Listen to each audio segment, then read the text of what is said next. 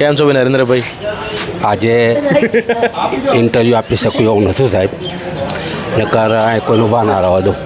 અચ્છા, હાજી. આપનું શું નામ? ગોવિંદભાઈ પટેલ ઉપર નરેન્દ્ર મોદી. અચ્છા,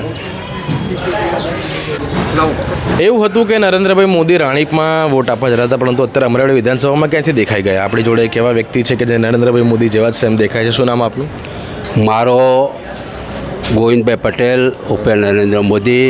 મારો મત વિસ્તાર મણિનગર છે, અચ્છા, એટલે મારે અહીં તો વોટિંગ કરવા આવવું જ પડે સાહેબ. બરોબર છે. એટલે મણિનગરમાં તો નરેન્દ્રભાઈ વર્ષોથી ઊભા હતા પહેલેથી. હું પહેલાં મણિનગરથી ઊભો રહ્યો હતો. અચ્છા, હાજી. બરોબર છે. તો મોદી સાહેબ બીજા રાઉન્ડમાં હોય તો હું અહીં મણિનગરનો પ્રચાર કરતો હતો સાહેબ.